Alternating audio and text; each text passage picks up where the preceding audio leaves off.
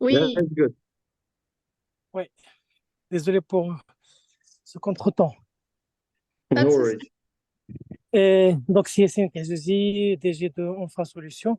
Alors, Enfa Solutions, d'abord, c'est un partenaire Microsoft pour les solutions ERP. Et donc, on est principalement spécialisé de l'ERP Business Central. C'est un ERP qui traite un certain nombre de process.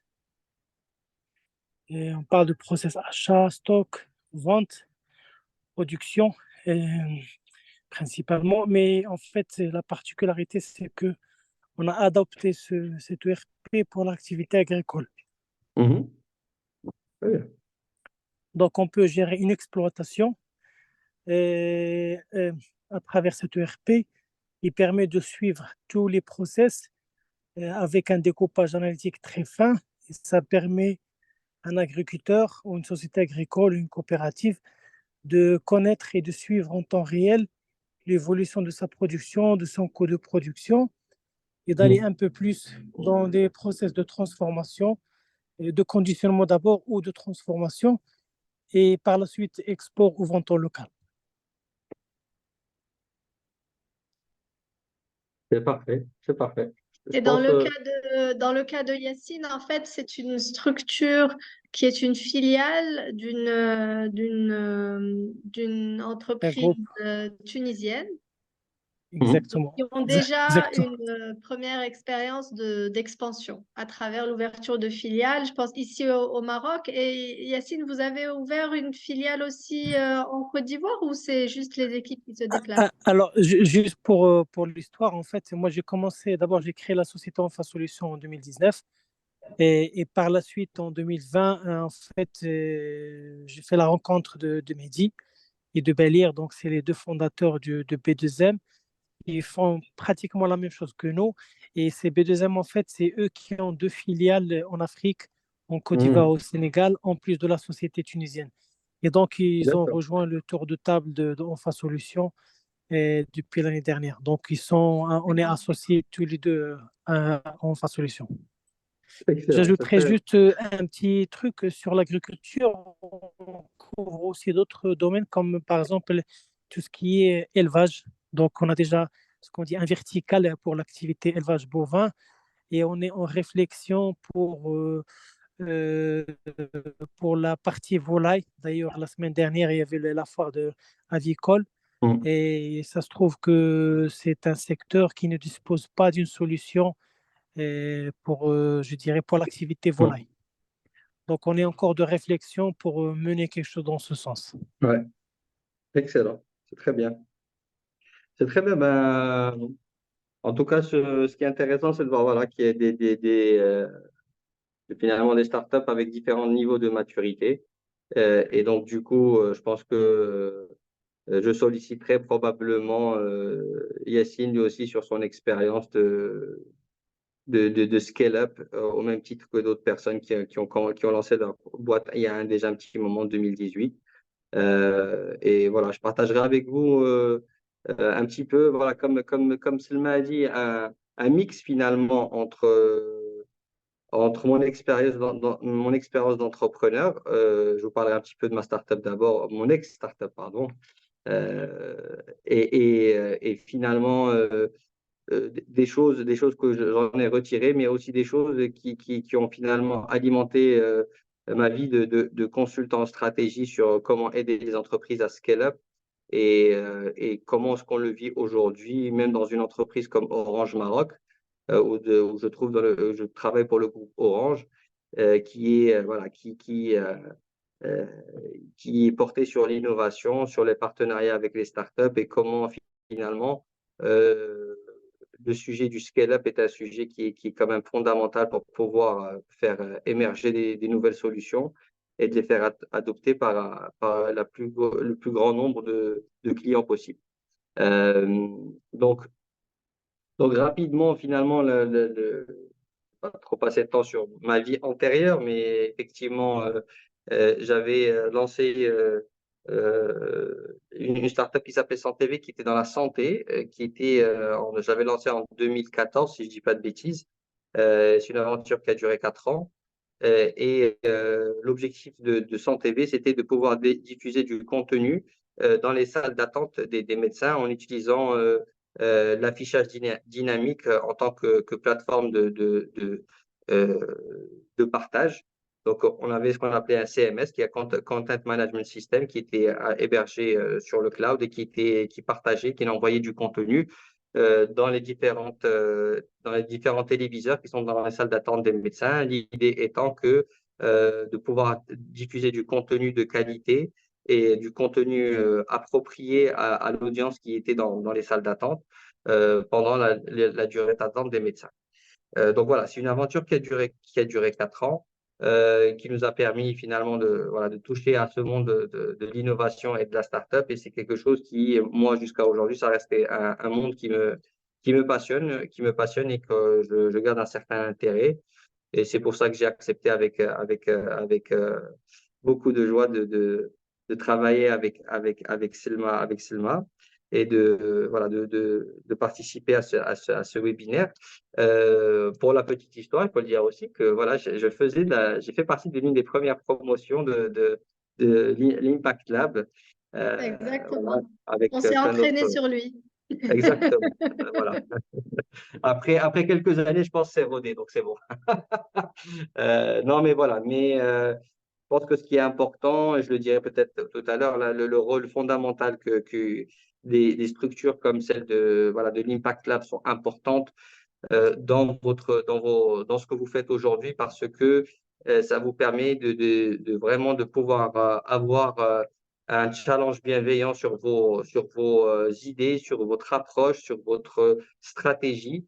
C'est très souvent ce qui manque en tant qu'entrepreneur, c'est quelqu'un avec qui on peut avoir un échange honnête et qui va justement nous aider à prendre les bonnes décisions. Donc moi, pour moi, le fait que vous ayez cette maturité de vous rapprocher des équipes de l'Impact Lab dans le cadre de ce programme du Launchpad. Je pense que vous avez compris finalement que vous n'allez pas y arriver tout seul et ça, on en parlera un petit peu tout à l'heure.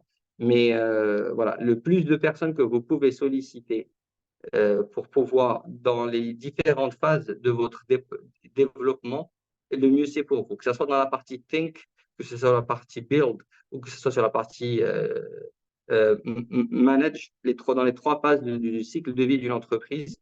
C'est très important de garder vraiment cette ouverture d'esprit en ayant des gens qui vont vous accompagner parce que c'est ce qui va vous permettre justement de vous assurer que vous n'avez pas une vision obtuse et une vision qui est comme avec des œillères. C'est important de faire adhérer plusieurs personnes dans votre réflexion. Voilà, donc ça c'est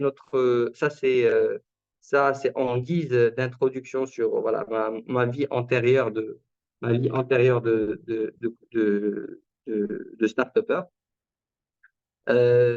Moi, ce que je propose, c'est que voilà que je partage avec vous my thoughts sur le sujet du scale-up autour de quatre idées principales qui sont le why and when, pourquoi scaler et quand scaler, quelle est la stratégie à adopter quand on veut scaler et quels sont finalement le modèle opératoire le plus pertinent quand on veut scaler. Et après, un quatrième chapitre que j'appelle moi risks and red flags quand on veut scaler. Voilà. Et après, si vous voulez, on peut ouvrir la conversation, d'échanger. Si vous avez des questions spécifiques, je ferai de mon mieux pour pouvoir y répondre. Ça vous va comme agenda? Vous avez des questions en amont avant que je commence ma joute oratoire? Peut-être juste, Amine, préciser qu'il y aura un support qui sera partagé comme Yes, ça. tout Voilà. à fait. Je vous enverrai Amine la a eu présentation. Ouais, je vous enverrai. un petit accident d'ordinateur ce matin. Mais il y a un Exactement. support qui sera partagé avec vous tous à l'issue du workshop. Exactement. Qui va reprendre les éléments essentiels dont on va parler aujourd'hui, dans ce matin, mais vous aurez le support de la présentation en fin d'après-midi. Voilà, ben, écoutez, si on commence, let's start pour le why. Le why and le when. Je pense que c'est important de se poser cette question effectivement, quand on voit un petit peu les personnes autour de ce call, on voit très clairement qu'il y a pas mal de boîtes qui aujourd'hui, je vois des boîtes qui ont été créées il y a 6 mois, d'autres qui ont été créées il y a un peu plus longtemps, de 2019, j'ai 2019-2018. Donc, c'est important de garder en tête en termes de maturité de l'entreprise, de se poser la bonne question du why. Parce que aujourd'hui, si on met de côté peut-être la boîte de Yessine et peut-être de Oussama, si je dis pas de bêtises, on est aujourd'hui, on a en fait, c'est moite-moite, hein. On a des boîtes qui sont aujourd'hui plutôt qui sont dans une logique de prouver leur concept, de s'assurer que leur concept il y a une réelle adhésion, qu'il y a réellement un marché, qu'on est arrivé à comprendre des problèmes des clients et de se dire finalement, j'ai la bonne solution en face qui je sais est pertinente et je sais que je pourrais la prendre et l'exporter n'importe où. Tant que, pour moi, tant que cet exercice n'a pas été fait, parler de scale-up est trop prématuré.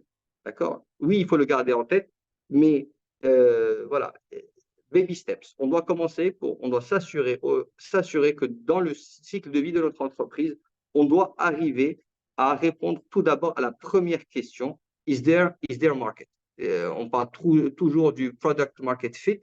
C'est la première étape essentielle d'une entreprise et c'est dans celle-là que très souvent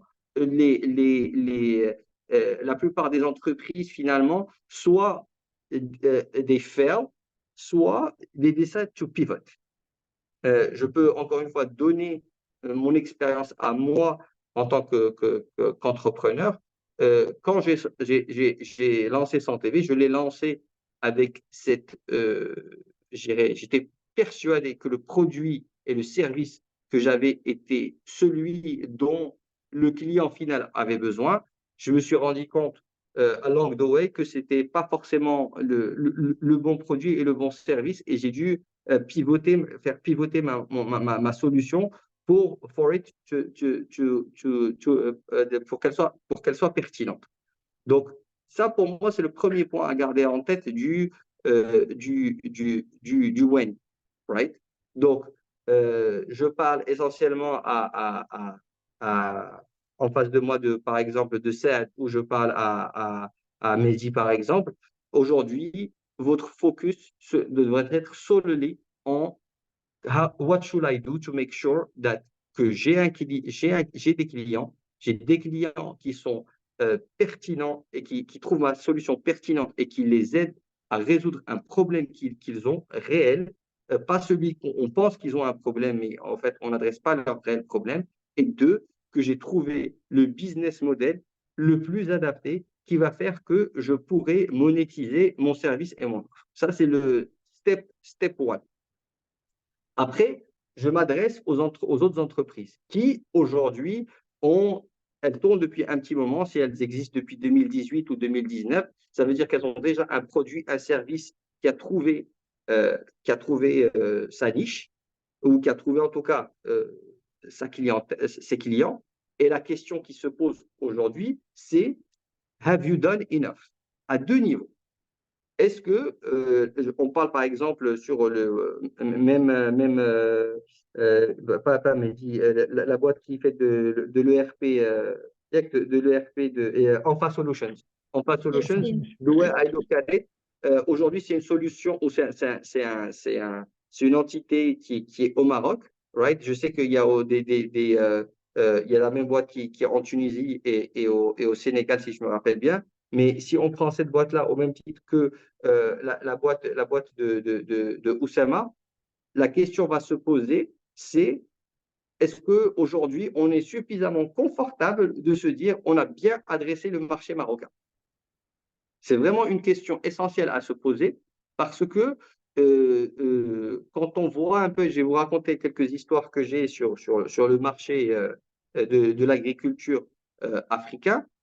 On sait qu'aujourd'hui, quand on prend le Maroc est en avance par rapport à beaucoup d'autres pays en termes de sophistication de la clientèle. Quand je dis la clientèle, c'est les agriculteurs. Et donc, il faut se poser cette question, de se dire aujourd'hui, have I done enough? Est-ce que j'ai vraiment fait mon premier travail de s'assurer que j'ai une pénétration du marché qui est suffisamment intéressante pour se dire, OK, I can think about the next step. Donc, ça c'est la première question. L'autre question, et ça, je le dis, et souvent quand j'en parle, les gens me regardent finalement avec des yeux ronds, de se dire, OK, tu as suffisamment bien pénétré le marché marocain. Au lieu de parler de scale up, parce que c'est une des options. Pourquoi? Why are we scaling up? We're scaling up to make more money. Voilà, à moins qu'on soit dans l'armée du salut, we're here to make money, right? Donc la question qui se pose, c'est que, OK, tu as un produit, tu as développé un premier produit qui est très bon, tu as trouvé ta clientèle, tu l'as adressé avec à tout le marché potentiel, your addressable market a été adressé et tu as trouvé ta clientèle. Est-ce que tu t'es posé la question de what else can I sell them? D'accord? Est-ce qu'on a essayé de diversifier nos produits et est-ce qu'on a des extensions de produits et de services à cette même clientèle? Parce qu'elle va achieve the same objectif qui est celui de générer des revenus additionnels. D'accord?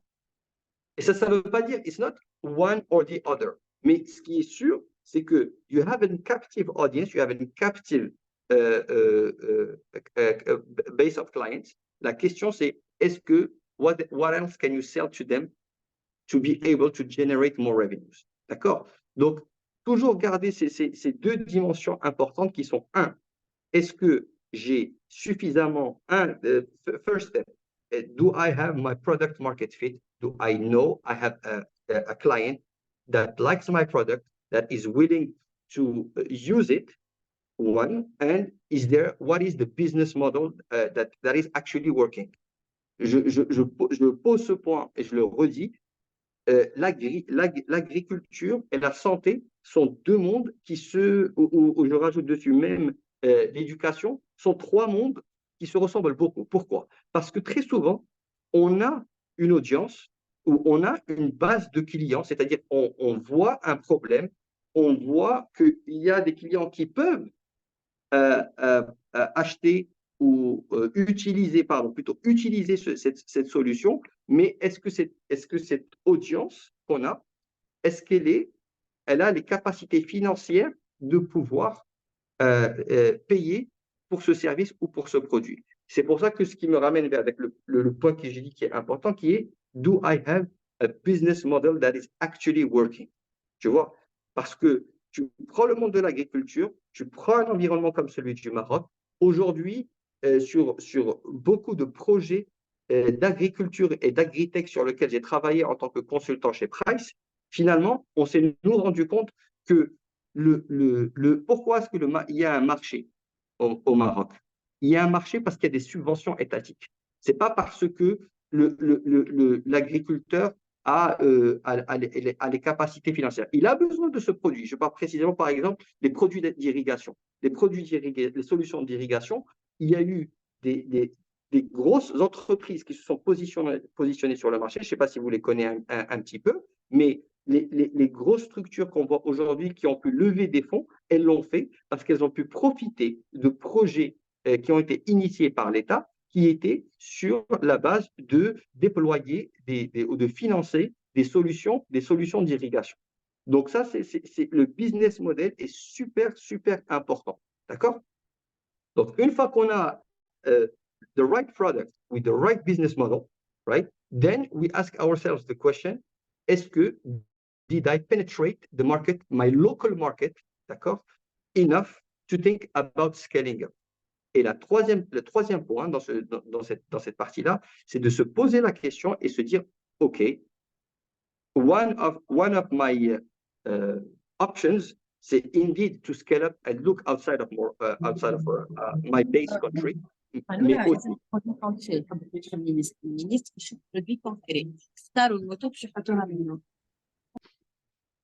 voilà. Et ensuite, de se dire, si mon objectif, c'est to, comme on dit en anglais, enlarge the pie, I can do it in many ways. Oui, scaling up is one option, mais aussi diversification is one option. Let's not C'est pas one or the other, c'est deux choses qui peuvent se faire en parallèle et qui peuvent te permettre d'atteindre ton objectif qui est celui de augmenter tes revenus. OK? Avant que j'avance à l'étape suivante, est-ce qu'il y a des questions?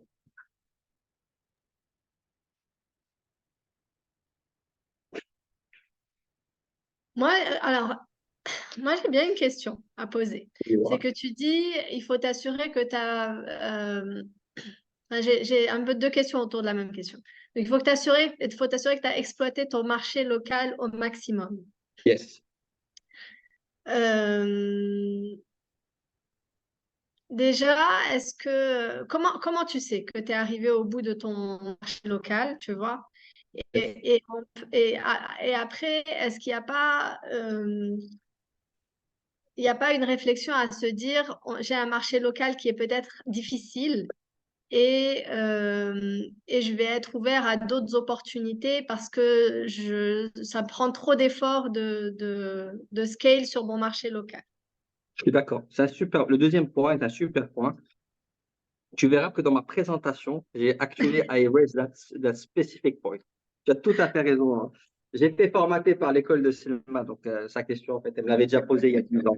Mais non, non, it's a very fair point. C'est a very fair point.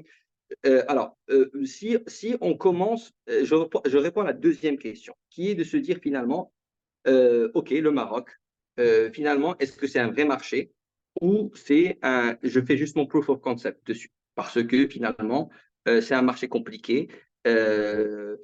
Il me permet certes, dans un environnement que je maîtrise plus ou moins, parce que voilà, c'est là où j'habite, c'est là où j'ai développé mon Pardon, idée, donc j'ai accès à quelques clients pardon, captifs qui peuvent me Ex- permettre de tester, etc. excusez-moi, si je me permets juste de faire une petite remarque dans le même sujet, c'est Oui. juste à propos de ça, c'est effectivement nous, quand on a commencé il y a 3 ans, c'est que nous avons fait un business model qui marche Mhm. pas au Maroc. Donc, en fait, Ouais. on devait scale down pour qu'on Mhm. puisse offrir donc notre solution au marché marocain et puis faire un scale-up d'une autre manière pour qu'on puisse avoir plus d'opportunités. Donc, effectivement, dans cette partie-là, le marché marocain, il est un peu spécial dans ce Mhm. sens-là. Ouais. Euh, Je suis d'accord avec vous. Jamal, c'est encore une fois, aujourd'hui, et c'est là où peut-être ma réponse réside dans le premier point dont on est en train de parler. Parce que je pense que les besoins des agriculteurs sont plus ou moins les mêmes partout. Peut-être que euh, la typologie de problèmes qu'ils ont, ou peut-être les différentes maladies sont différentes d'une région à d'une autre, mais in fine, la solution en soi que vous avez, qui est conceptualisée, finalement, elle est la même la même pour tous les agriculteurs, right? La question qui se pose après, c'est effectivement un des paramètres qui est l'un des plus importants finalement, c'est que dépendamment du marché dans lequel tu es, quel est le business model que tu vas adopter? Quand tu es dans un environnement qui est mature, où l'agriculture est un secteur qui est plus ou moins euh, plus valorisé, ou en tout cas qui est déjà un niveau de sophistication assez élevé, je pense notamment aux pays comme en Europe ou aux États-Unis, ou même en Amérique du Sud, je pense, finalement, tu as quand même des clients finaux qui sont les agriculteurs, qui sont aujourd'hui, qui ont un certain pouvoir d'achat et qui leur permettent finalement de non seulement avoir la sophistication de te dire, un, est-ce que ce produit est adapté pour moi ou pas? Deux, est-ce que qu'il y a, c'est aussi court que ça, qui sont suffisamment technophiles pour pouvoir utiliser la technologie? Et trois, qui ont le pouvoir d'achat. Right? C'est ce qui va finalement te définir ton business model. A contrario, si tu es dans un environnement qui ressemble plus ou moins à un environnement marocain, et en Afrique en général, tu vas quand même te retrouver dans une situation où effectivement, as it looks, le marché est énorme parce que tu as beaucoup plus d'agriculteurs parce que les agriculteurs sont des mono-agriculteurs qui ont des terres arables qui sont de moins de 1 hectare. Il y en a beaucoup. Donc, tu as, à vue d'œil, le marché global est important, mais finalement, ton marché adressable est beaucoup plus petit. Si, unless, comme on dit, unless, tu as quand même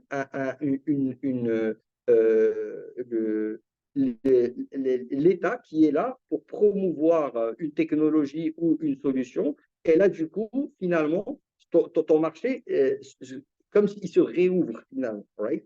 Et c'est ça ce que j'essaie de dire tout à l'heure. L'histoire du business model est super important parce que aujourd'hui, finalement, c'est qui alimente ces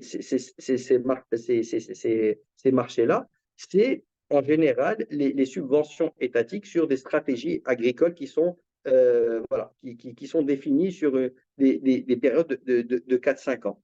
Donc, et je donne cet exemple qui est quand même important et que moi j'ai vécu quand on avait accompagné des fonds d'investissement qui voulaient investir qui ont investi sur des structures qui font du goutte à goutte au Maroc, c'est que finalement, oui, ta première grille de lecture quand tu évalues les marchés potentiels à aller chercher, tu as des pays où les terres, les terres agricoles sont beaucoup plus importantes que le Maroc.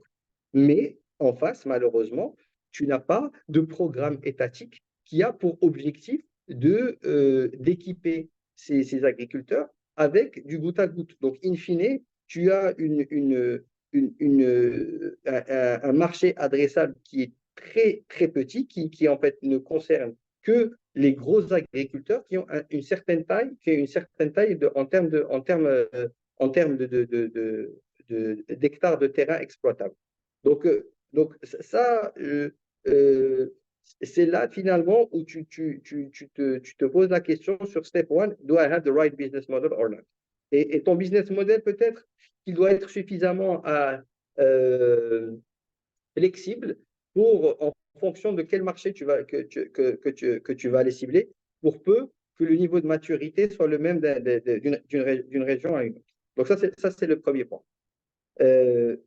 Maintenant, la question, effectivement, de se dire aujourd'hui, if I had to test Morocco, oui, le Maroc peut être juste un pays de test pour me permettre en tout cas, ramener ma solution de l'idée jusqu'au POC, jusqu'au MVP et jusqu'à une solution qui tient sur la route. Et ensuite effectivement, commencer à se dire quel est vraiment le marché le plus propice pour nous, en ayant voilà, une lecture très neutre par rapport au potentiel de marché, que ce soit le marché dans sa globalité, le niveau de compétition sur ce marché-là et le positionnement que pourrait avoir cette solution dans ces marchés. Donc ça, c'est finalement en essayant de répondre à la question d'elle, est-ce que le marché marocain est un marché en soi ou sinon c'est juste une première étape qui nous permet aujourd'hui de faire notre proof of concept et aller plus loin. Dans le cas de l'agriculture, moi, je pense que it could be a bit more than just a proof of concept.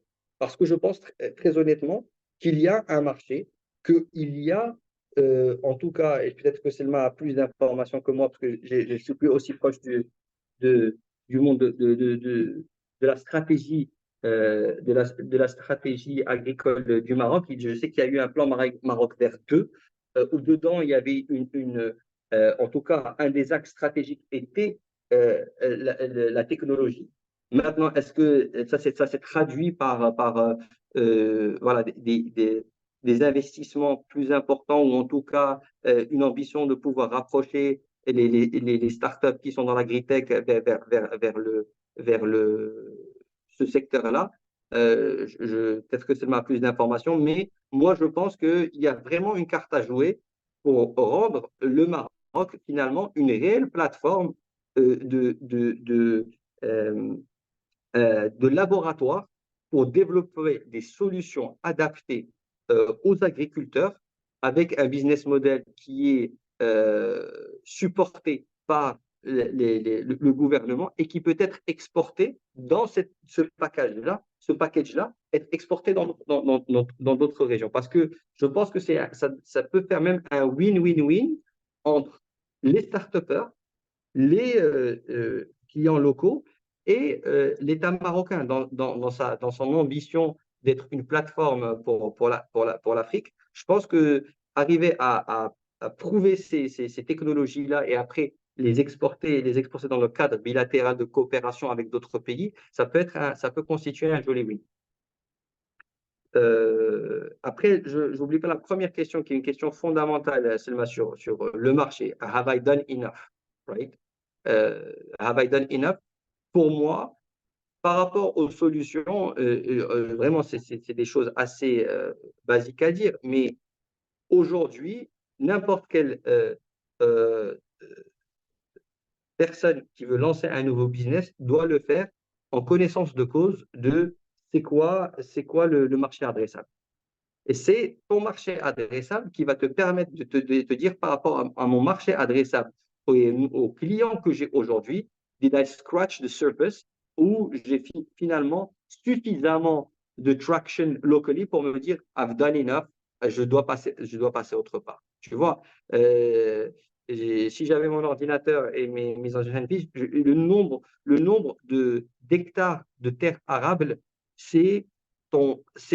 that's your overall market, right?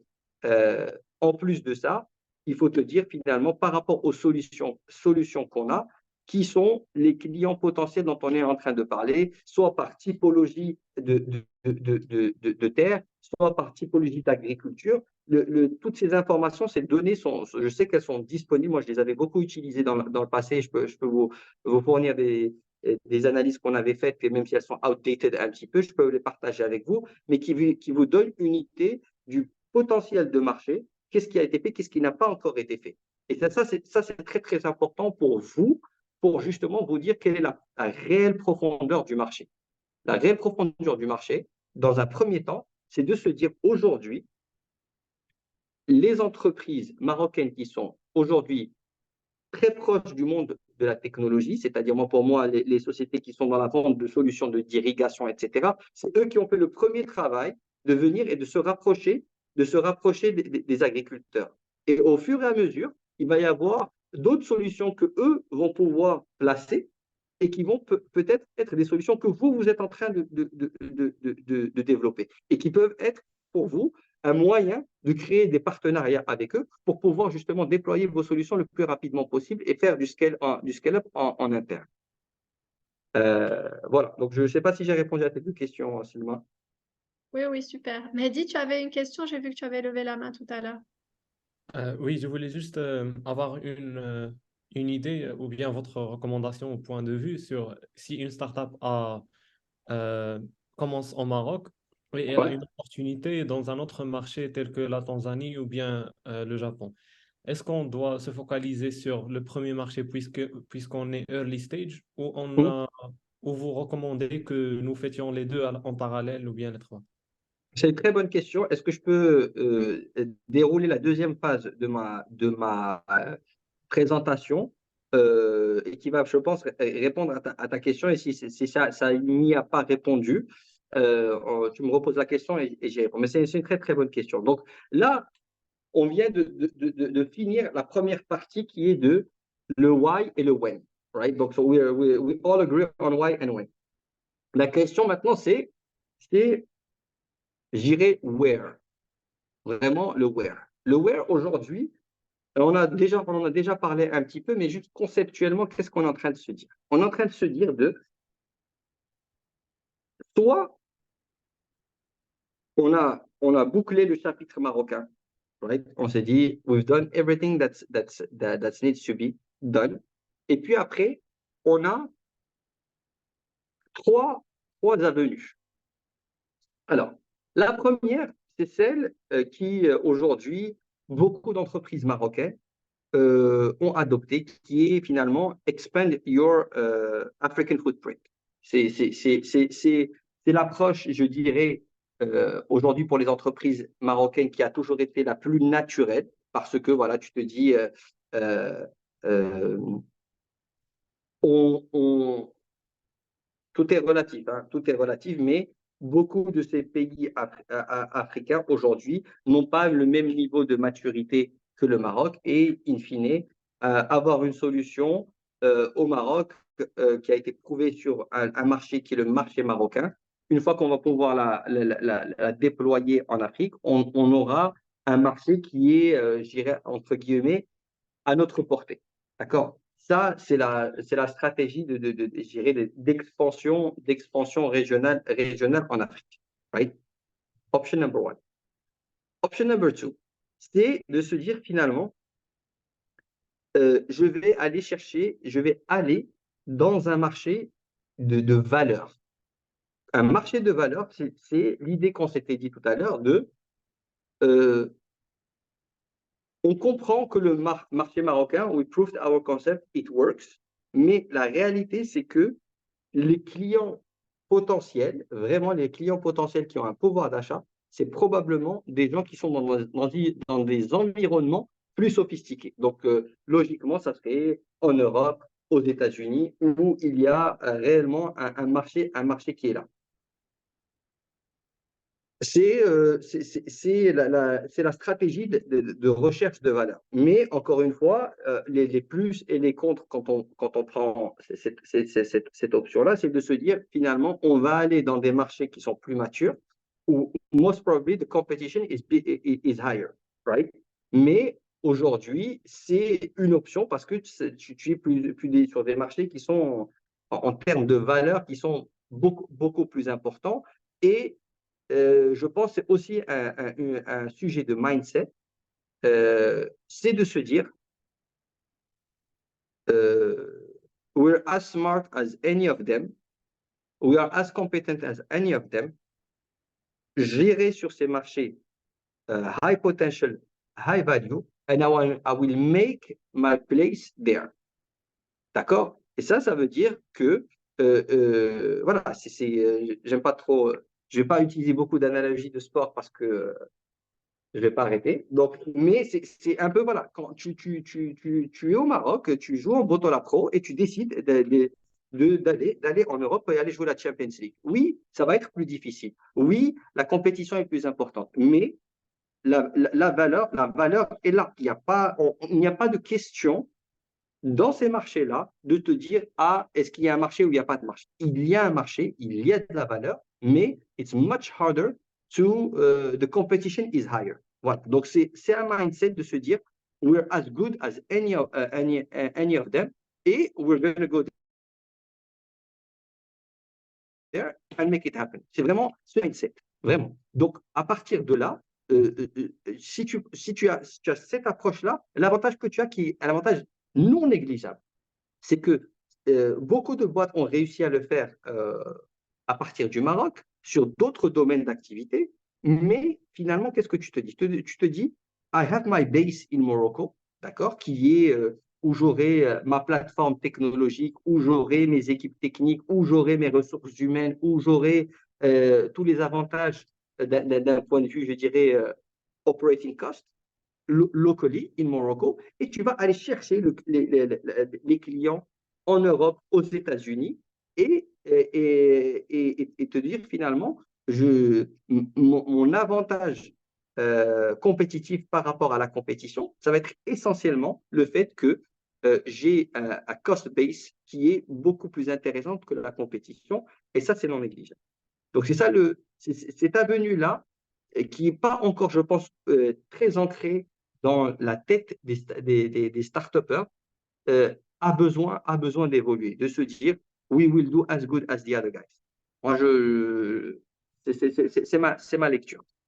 Troisième option, c'est l'option que j'aime le moins, mais qui, voilà, pour des raisons ou d'autres, de se dire, comme cette maladie, finalement, OK, I proved my concept locally, mais finalement, je me rends compte, if I really want to succeed, I have to take everyone, leave, get the fuck out, et aller autre part parce que le marché est là-bas, l'opportunité est là-bas, I need to be completely in there. Il y a des avantages qu'on donne aux startups d'un point de vue fiscal, d'un point de vue avantage en termes d'investissement, etc., etc., etc., et qui décident de le faire de cette manière-là. Je prends exemple, peut-être, j'ai une connerie, mais par exemple, Ethereum, c'est ce qu'ils ont fait. Ils ont testé le marché marocain et finalement, et des packed their shit. Ils sont allés, je ne sais pas ce que c'est, en Malaisie, en Indonésie, ou je ne sais pas quel pays ils sont allés, mais voilà, ils ont trouvé une opportunité là-bas et ils sont allés là-bas. Et ça, peut-être, ça répond à. C'est qui? C'est Mehdi, hein, c'est toi qui m'as posé la question sur l'Ouganda.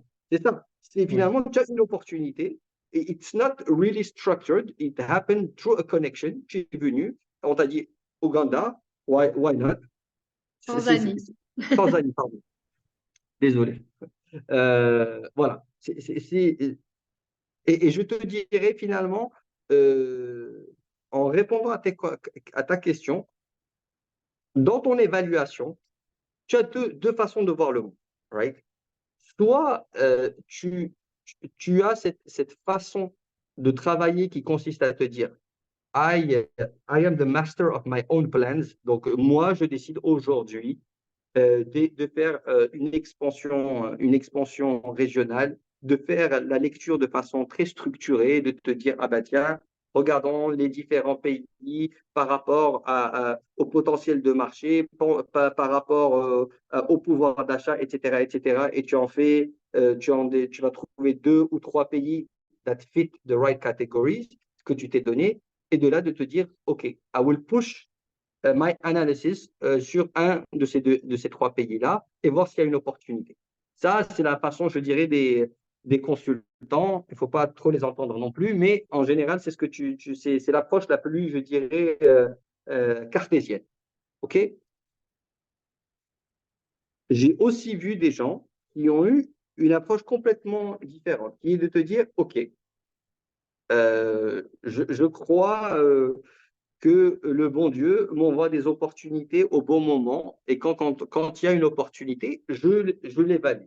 Right? Donc, en répondant à ta question, Mehdi, oui, effectivement, s'il y a une opportunité en Tanzanie, why not? Je vais rien regarder.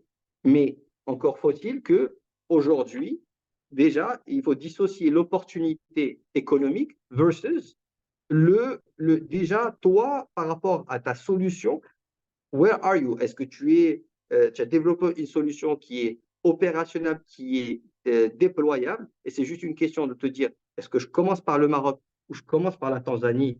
Et là, cet exercice va être, c'est l'arbitrage à faire avec les pour et les contre. Ou aujourd'hui, tu es encore à un niveau où tu es encore en train de faire maturer ta solution, et peut-être c'est trop tôt de pouvoir se poser ces questions stratégiques. Est-ce que j'ai répondu à ta question? Oui, j'ai juste un point à ajouter. Le problème qu'on a sur notre solution, c'est qu'on Ouais. ne peut pas, par exemple, supporter un pays ou bien une région et utiliser la même solution sur un autre pays. C'est Je peux toujours, comprendre. on est en train d'accéder à un nouveau marché, on aura besoin de faire la collecte de données dans ce nouveau marché. Bien À zéro. sûr, bien sûr. Je suis d'accord avec toi. Je suis d'accord avec toi, mais à la fin, c'est du 80-20, on est d'accord. C'est-à-dire que ta solution ne va pas, you're not going to build it from scratch for every country. Otherwise, we have a problem, right? C'est plutôt, c'est ce que j'ai cru, si je comprends bien, c'est que chaque pays ou chaque région a plus ou moins certaines spécificités sur, que ce soit les Sur les maladies, que ce maladies. soit la typologie comment on appelle ça, de plantes qui existent, etc. Et donc, il y a ce travail à faire. On est d'accord ou pas? Oui, c'est ça. Ouais. Donc, si c'est le cas, moi, c'est ce que je te dis. Si aujourd'hui, tu as ton socle qui est suffisamment, voilà, qui est là, la technologie en soi est suffisamment robuste, la plateforme est robuste, et aujourd'hui, tu es en train de te dire sur quelle sous-verticale je vais me positionner. Moi, si l'opportunité en Tanzanie est une opportunité qui est réelle, qui, tu sais, va te donner un deal flow qui est très clair et qui va te permettre de financer tes opérations, of course, tu y vas. Of course, tu y vas. Si, en face, tu vois que l'opportunité Maroc est une opportunité qui est encore, tu vois, at a nascent stage, tu vois. Donc, mais c'est ce que je dis. Tu dois avoir this belief que tu as en toi que euh, you have solid grounds. C'est pas n'importe quel vent peut t'emporter vers un pays ou une opportunité, right? You have a solid ground qui est ta technologie, la base de ta technologie, ton équipe, et après, l'histoire, c'est le delta additionnel que je dois aller faire pour aller en Tanzanie. C'est quoi le cost opportunity le retour sur l'investissement. C'est aussi simple que ça. Et si tu vois que finalement, l'opportunité en soi, elle est pas si importante de justifier d'aller justement se dépositionner par rapport à ton marché local, en tout cas dans un premier temps, moi perso, je trouve que maybe it's too early, mais that's my personal belief. C'est ça, je pense que, si je peux, je pense qu'il y a vraiment, en fait, je pense que le message, c'est qu'il faut vraiment analyser les choses et il faut vraiment être capable d'évaluer, ce que ça peut rapporter financièrement par rapport au coût que ça engage et à l'effort que ça engage Bien du point sûr. de vue de l'organisation Ouais. et aussi à quel point cette opportunité est sécurisée. Parce que je vois beaucoup d'entre vous qui, qui, euh, qui passent beaucoup de temps à développer des choses pour des opportunités qui sont encore up in the air. C'est Ouais. vraiment... Agree. et ça, ce serait dommage de mettre un gros effort de la part de ton organisation pour aller ailleurs si au Ouais. final, les gars te disent ah ben non, finalement, ce prix-là nous convient pas ou on signe pas, on peut pas, etc. Ouais. Vraiment, ça doit, à mes yeux, ça doit vraiment être euh, so, there is one thing for sure. Quand on est entrepreneur et quand we're running a startup, c'est tout dirham ou tout effort doit être mesuré. Parce que we don't have the luxury of money and we don't have the luxury of time. D'accord? En général, n'importe quelle startup va avoir un fondateur, deux fondateurs, grand max. Mais donc, le temps que tu donnes à cette startup est limité. We don't have, la journée, elle a 24 heures et basta. D'accord? Et idem, tu as l'argent que tu mets dans cette startup sur ton équipe, sur toi-même, c'est de l'argent que tu as qui est limité. Donc, le, you need to have a game plan c'est pour ça que j'ai dit, première approche, c'est d'être extrêmement cartésien et de se dire, moi, c'est ça, c'est quoi mon objectif today? Today, mon objectif, c'est d'aller de point A à point B. Est-ce que ça veut dire avoir mon proof of concept? Est-ce que ça va avoir mon MVP? Est-ce que? Et derrière, la question que tu vas te poser, c'est quand something comes from left field, et il y en aura toujours des choses qui viennent un petit peu de l'extérieur, c'est qu'est-ce que je peux me donner le temps de réflexion de dire, OK, what is this opportunity? What is it gonna bring me? And what's the effort that I have to bring in for this opportunity to happen? And how secure is it? How secure is it? Parce que je peux vous le dire, toutes les boîtes font cette erreur qui est je vais aller chercher du chiffre d'affaires parce que le chiffre d'affaires, that's our glory. On veut tous avoir signé des nouveaux contrats, on veut tous générer du chiffre d'affaires, mais derrière, c'est quoi l'effort, c'est quoi le coût, c'est quoi les coûts internes qui sont associés à ça et c'est quoi le risque associé à aller faire du business à l'extérieur. Ça, c'est important, les amis. Quand vous allez faire du business à l'extérieur, il y a tous ces risques pays associés, il y a ces risques de change, il y a ces risques-là, il faut les prendre en considération quand on décide d'aller scaler à l'extérieur. OK? Oui, je comprends. Juste par rapport à la sécurité cette opportunité, elle est bien sécurisée, mais le problème, c'est ces personnes-là peuvent parfois perdre l'intérêt si on prend beaucoup de temps avant de commencer. Je suis Donc, d'accord, c'est logique. C'est logique. C'est logique, mais tu sais, moi, il n'y a pas d'autres questions sur la partie euh, where. La question qui se pose derrière, finalement, c'est how, right? Et ça, peut-être, ça répond à cette question. De se dire, finalement, aujourd'hui, quand tu décides d'aller à l'extérieur du Maroc, quelle est la meilleure façon de le faire? oui, D'accord. Regardless au niveau de maturité qu'il y a dans ton entreprise, right? Aujourd'hui, tu peux le faire de trois manières, right?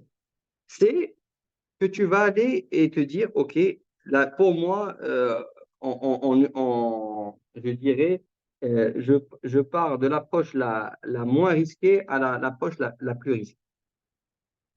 Ton approche la moins risquée aujourd'hui de le faire, c'est que tu vas le faire en t'appuyant sur ce que j'appelle des entreprises ou des sociétés ou des entités qui sont spécialisées à connect the dots, right? Euh, Aujourd'hui, quand par exemple tu travailles avec les équipes de Selma, avec le temps, elles ont effectivement déjà un réseau dans d'autres pays qu'elles ont développé au fil du temps et qui leur permet de se dire, OK, ben, si tu veux te développer en Tanzanie, au Sénégal, en Côte d'Ivoire, nous, on connaît X, Y, Z. Those are reliable companies. Ça fait 2, 3 ans qu'on voit qu'ils travaillent.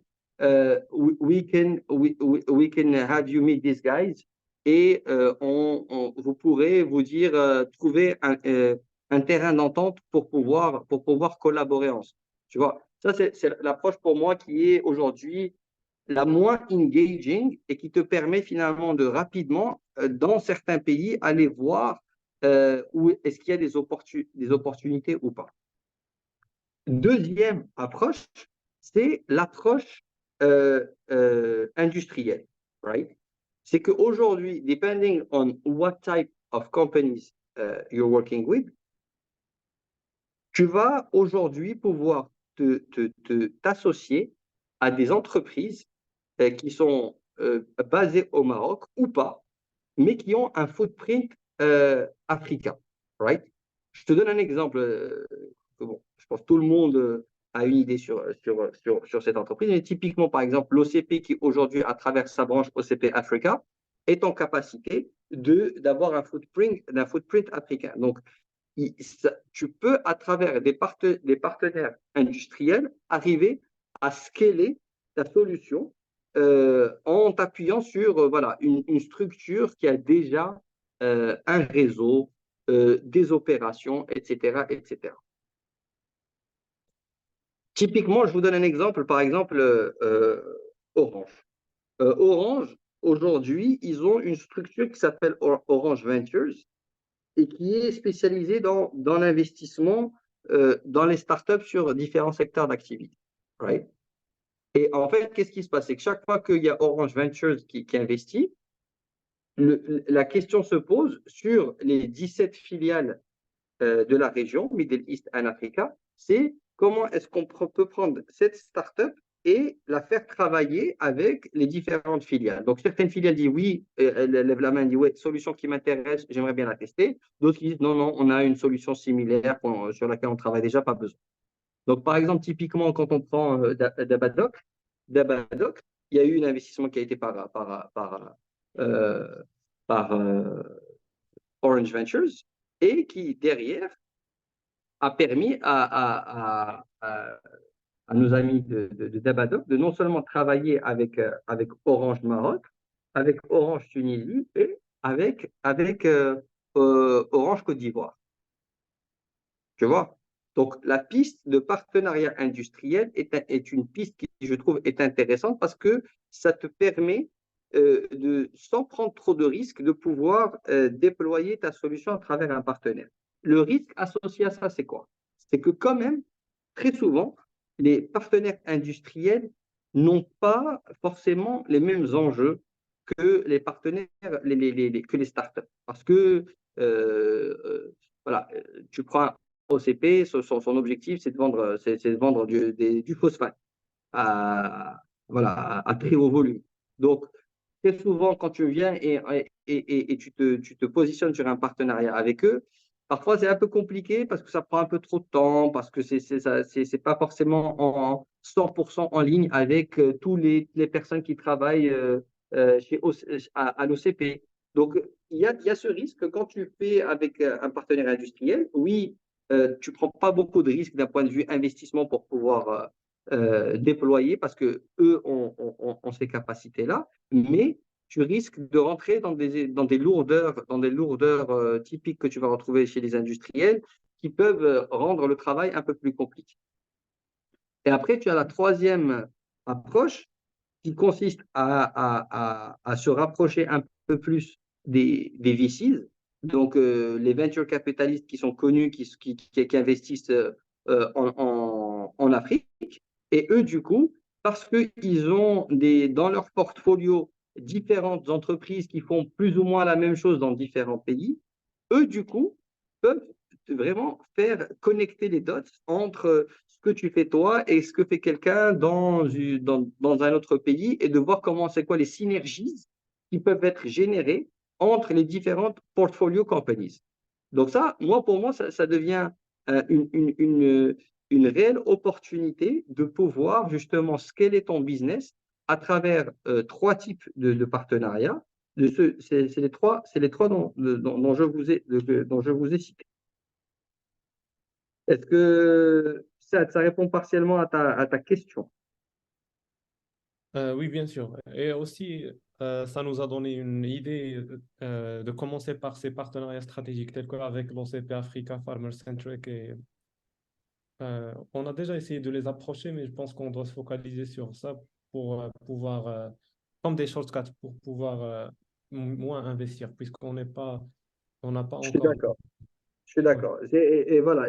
Typiquement, tu vois, ce que tu me dis tu vois, OCP Africa, oui, c'est typiquement voilà, les deux choses que tu contrebalances. Dans un premier,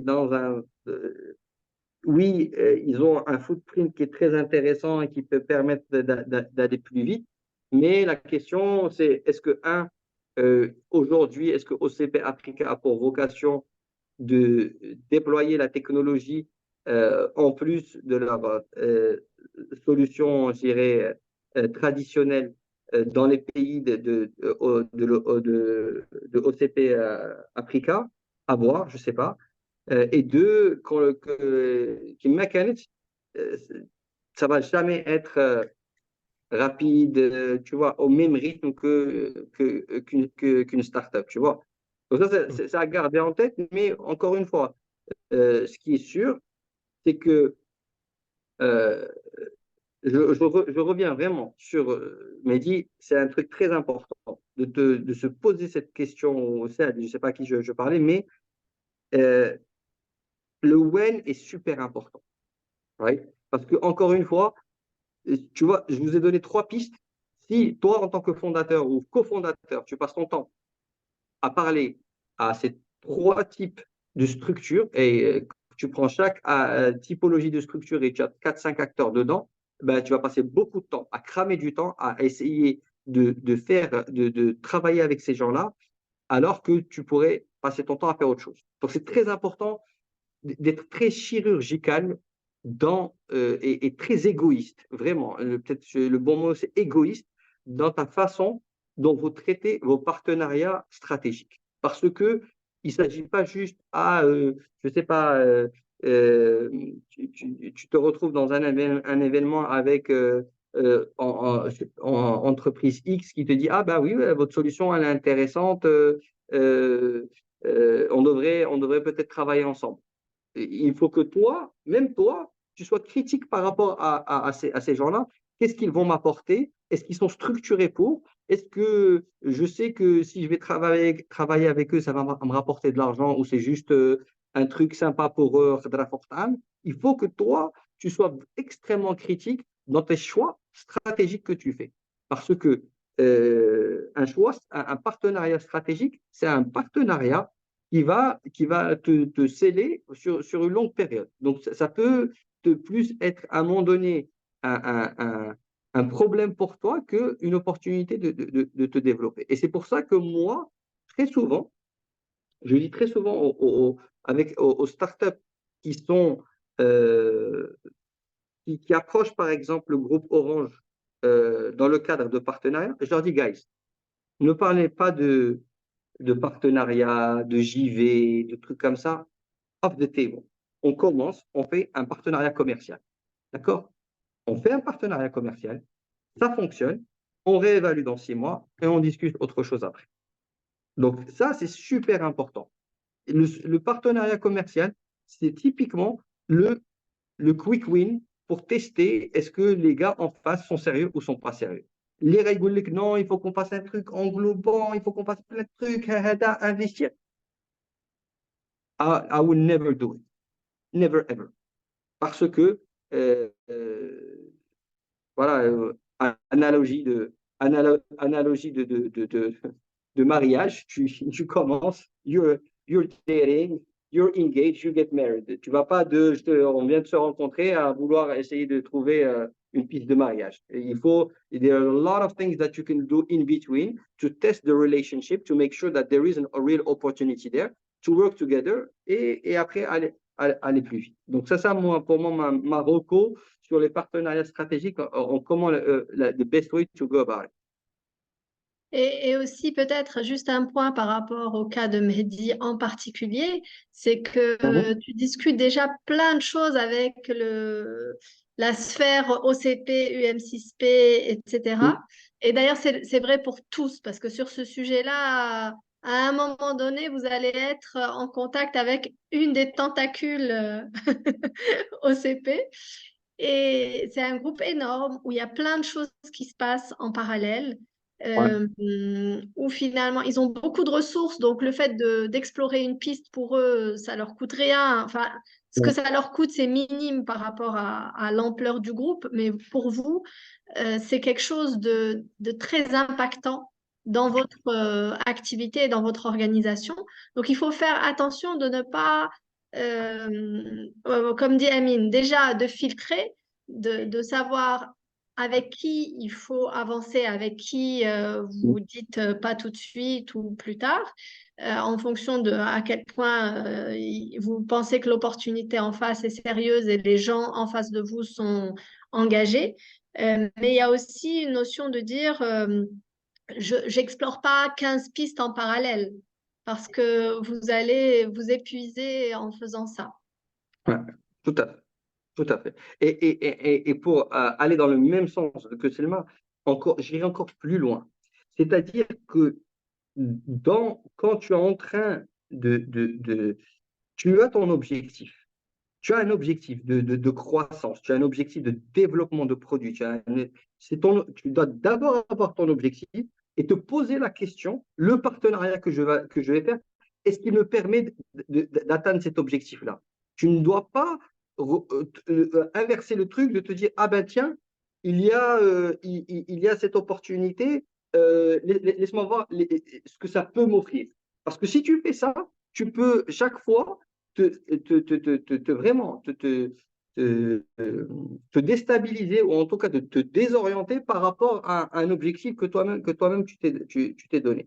Donc c'est vraiment find the right equilibrium. C'est-à-dire, tu sais, dans ton évaluation d'une opportunité, tu as plusieurs étapes. Tu es, ce qu'on appelle ici communément, tu as un T-1. Un T-1, ça veut dire quoi? Ça veut dire, avant même, sans analyser, quelqu'un vient te donner une opportunité de partenariat, de faire X, de faire Y. Déjà, se poser la question, high level, tout seul ou avec des confidents de choix, de se dire, OK, j'ai eu cette opportunité, how do I feel it? Est-ce que ça fait du sens par rapport à mes objectifs, à ce que je m'étais donné, etc., etc. Premier niveau d'analyse. En général, sur 10 opportunités, il y en a une qui devrait être prise et analysée dans une deuxième logique de te dire, OK, let's really look at it deeply and see if there is a real opportunity there. Donc, c'est important d'appliquer, comme a dit Selma, ces filtres pour que ça devienne, parce que ça devient comme du noise. Et ça te permet pas, finalement, de rester focalisé sur tes objectifs. Merci beaucoup pour Ouais. la réponse. OK. Et donc, ce qui nous ramène vers la troisième partie, ou la dernière partie, qui pour moi est tout aussi importante, c'est le how. Une fois, pardon, on a parlé du how à travers les partenariats, mais pour moi, ce qui est tout aussi important pour vous, c'est que quand on analyse et quand on rentre dans un marché, ce qu'il faut garder en tête, c'est des choses qui sont très, très, très, très importantes. C'est deux choses. Un, l'opportunité telle qu'on la voit. Il y a deux dimensions. Il y a la dimension purement commerciale et il faut, et dans un environnement, je dirais africain, si on a une logique africaine, de comprendre quel est le rôle de l'État dans le développement d'un certain secteur ou d'une économie. On en a parlé tout à l'heure quand on parlait de Maroc vert. Je peux te dire que tu vas dans n'importe quel pays, si tu n'as pas des initiatives clairement définies qui peuvent te permettre de voir si le end consumer est aidé par l'État, most likely there's no business there. En étant vraiment très rationnel par rapport à ça. D'accord? À moins que ta solution que tu as, c'est une solution qui s'adresse aux high-end clients, les gros clients qui ont de larges propriétés, de leur propriété, les solutions qui sont là pour adresser le petit agriculteur ne fonctionnent que s'il y a un projet étatique qui est là pour les aider. Ça, c'est deux facteurs. Ça, c'est de un. Deux, il y a un élément non négligeable que très peu d'entrepreneurs gardent en tête, c'est la partie legal des marchés. Très souvent, les marchés vont être protégés pour une raison ou pour une autre. D'accord? Et chaque marché que tu vas voir, il faut toujours faire une analyse du cadre réglementaire. D'accord? Parce que le cadre réglementaire va te permettre si tu peux faire X, Y ou Z. Je te donne un exemple très simple. Aujourd'hui, beaucoup de solutions qui sont déployées, elles sont déployées sur le cloud. Right? Au Maroc, il y a toute une partie, d'accord, de ces solutions-là, qu'elles soient développées par des startups ou des entreprises qui sont bien établies, qui ne peuvent pas être adoptées par le client marocain pour la simple raison qu'il y a un sujet sur l'hébergement des données personnelles. Donc, ça veut dire qu'aujourd'hui, il y a plusieurs solutions qui ne peuvent pas être adressées à des secteurs comme la banque, qui ne peuvent pas adresser les besoins du secteur des télécoms, parce que on a cette obligation en tant qu'entreprise marocaine d'héberger les données au Maroc. Et donc, c'est là où se pose cette question de ta solution que tu as développée, est-ce qu'elle respecte la dimension réglementaire ou le contexte réglementaire tel qu'il est cadré par certains pays. Et ça doit être aussi une logique dans laquelle tu dois t'intégrer, de te dire, parfois, on ne va pas aller chercher un pays, on va aller chercher un cluster de pays pour deux raisons. Parce que le marché africain est petit, il y a certains pays qui sont vraiment très petits, donc tu ne peux pas adresser le pays en soi, mais par contre, tu peux créer comme des espèces de clusters parce que non seulement ces pays sont proches l'un de l'autre, deux, parce que ensemble, ça te fait un réel marché, et trois, parce qu'ils ont un cadre réglementaire qui est harmonisé. Donc, typiquement, par exemple, la région ECOWAS est en train de travailler sur une réglementation commune qui te permet, dans certains secteurs d'activité, de bénéficier du même cadre réglementaire et de traiter dans un seul pays les mêmes solutions que dans les autres.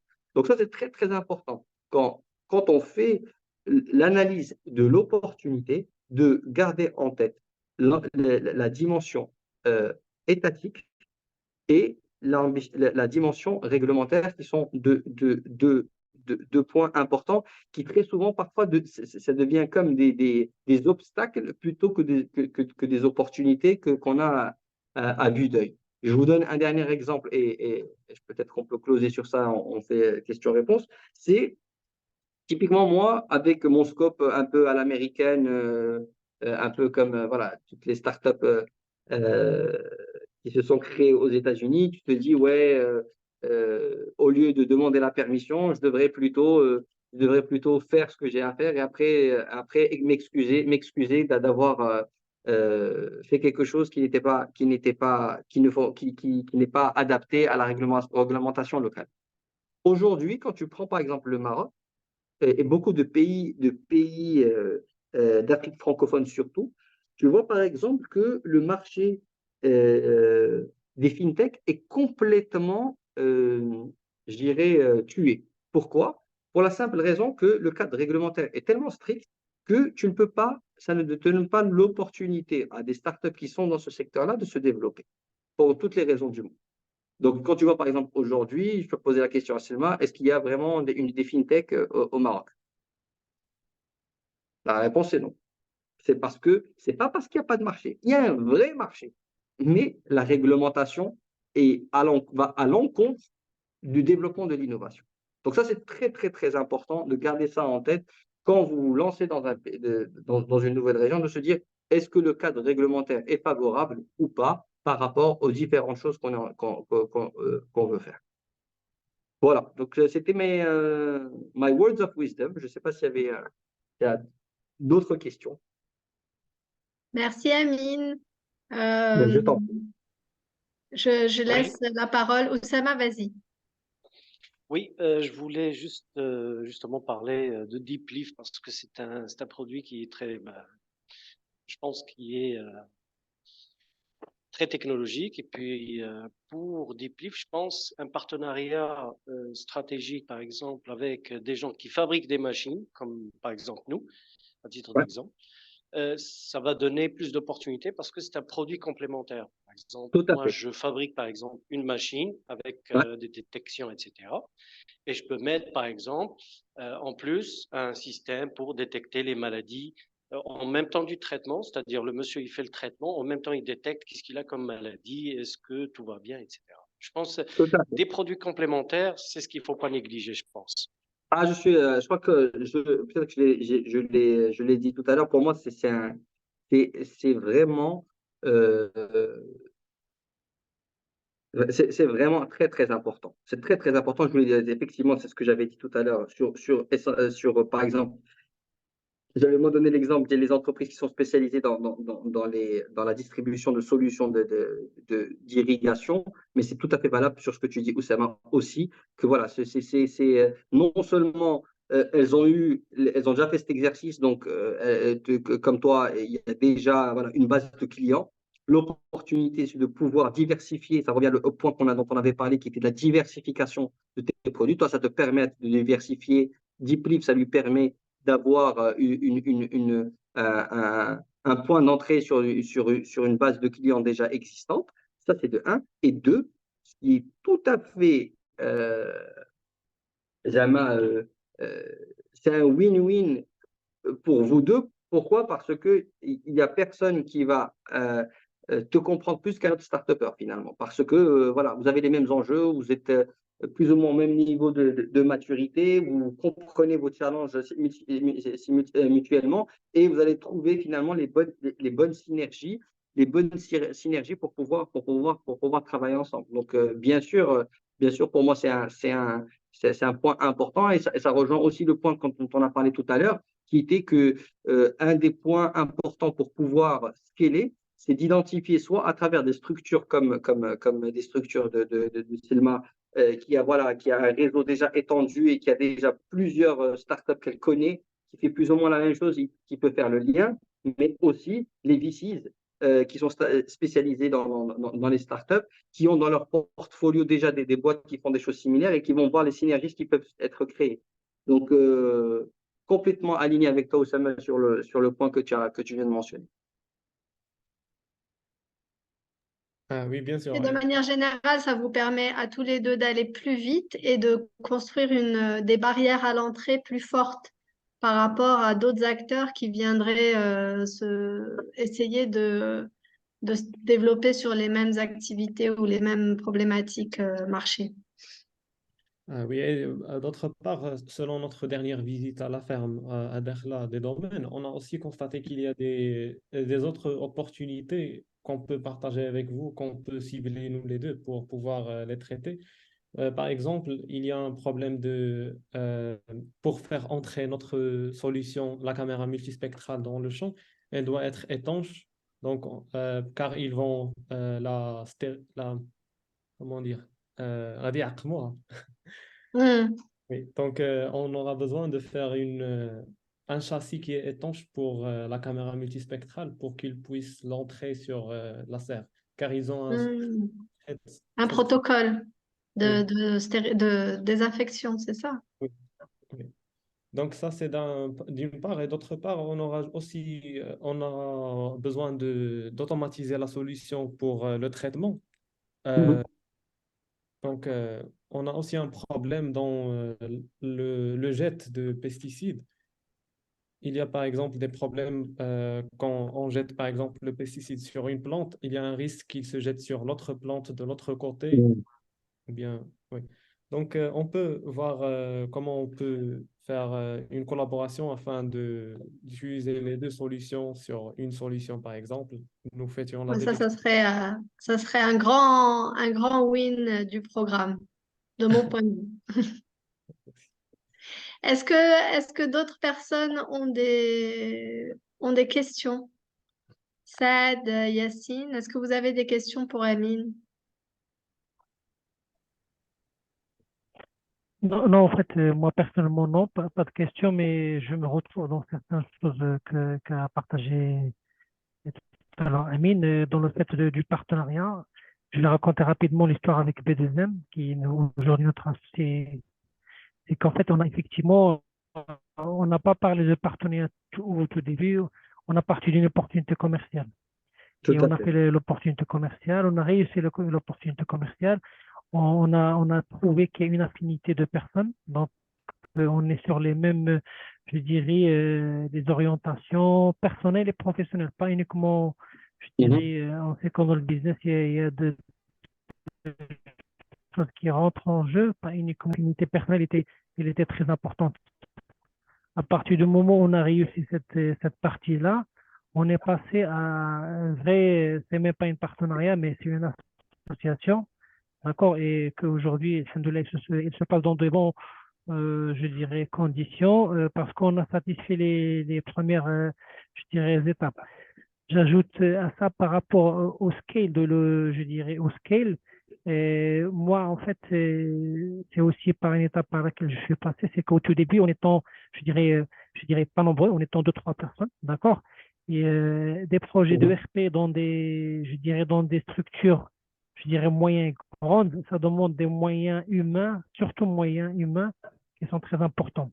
Donc, on ne pourrait pas mener des projets de ce genre-là. Donc, il fallait une solution pour, comment dirais-je, avoir assez de ressources et aussi un retour d'expérience. Donc, la venue de B2M, c'est vrai que c'était très bénéfique pour nous, du fait ils ont plus de ressources que nous et plus d'expérience, et aussi parce qu'ils ont mené des projets relativement, même plus grands que ce que nous, on envisage de prendre. Donc, du coup, ça a été beaucoup de choses qu'on a pu, je dirais, beaucoup d'obstacles que peut-être ça aurait pris 5 ans pour arriver à ce stade qu'aujourd'hui, on peut dresser des projets vraiment très importants sans grand problème. Donc, du coup, on a le fait de scaler, ça a été vraiment, ça a été une bonne chose pour nous parce qu'on a gagné du temps et il y a une très grande mutualisation des ressources entre nous.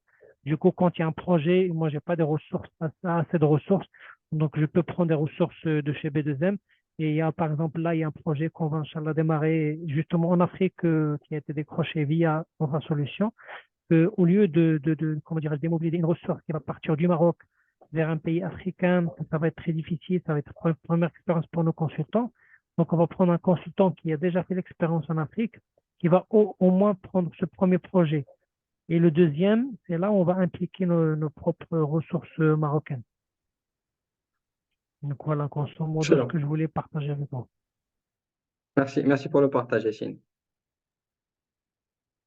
Super, merci beaucoup Amine. Merci d'avoir partagé ton expérience et ces conseils qui sont importants je pense qu'ils sont importants à rappeler à tout moment parce que le risque de se disperser, de faire les choses de manière spontanée, opportuniste est là tout le temps.